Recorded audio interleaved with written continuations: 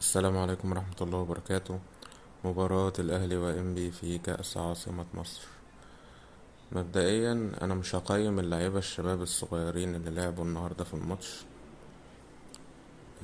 بس عايز أقول إن في لعيبة كتير في الأهلي دلوقتي. لا، الأهلي كبير عليهم، وفعلا يعني ما يستاهلوش إن هم يكونوا موجودين في الفرقة. بداية بقى من مصطفى العش أحمد رمضان بيكهام لأشرف داري. كوكا لو جاله عرض يتكل على الله عادي، مفيش اي مشكلة. طاهر محمد طاهر، يعني انت اصلا ما بتعرفش تشوط بيمينك عشان تجيب الكرة على شمالك وتشوطها. حسين الشحات يعني لسه راجع، بس برضه في كرة طمع فيها شاطها. كان الولد اللي هو ابراهيم الاسيوطي كان فاتح له ناحية اليمين، كان ممكن يعملها. وكان في زيادة عددية جوه منطقة الجزاء، كان في جراديشار وكان في حمزة عبد الكريم.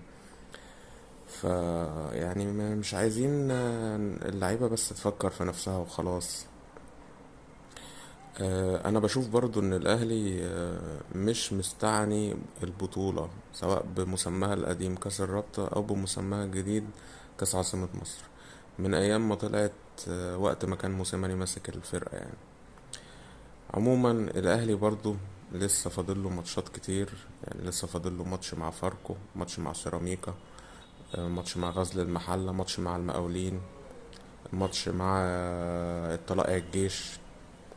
فإلى حد ما في فرصة، ولكن أنا من خبرتي يعني ومن السنين اللي فاتت في الفرجة، أنا شايف إن الأهلي أصلا يعني بيشترك في البطولة دي مجبر، يعني عشان ما يتوقعش عليه غرامات وعقوبات، وبالمرة عشان يجرب لعيبة شباب، يبص يشوف هل في مثلا لعيب يقدر ان هو يبقى موجود مع الفيرست تيم.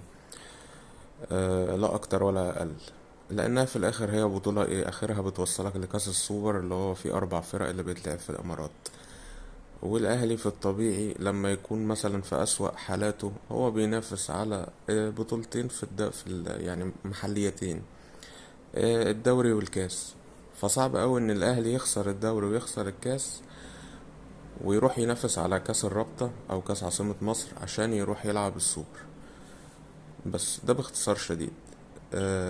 اه, بالاضافة برضو عمر كمال عبد الواحد، يعني يروح سيراميكا بقى مع علي ماهر، يمكن يتألق هناك، هو مكانه وهو بيعرف يشتغل مع علي ماهر. شكرا.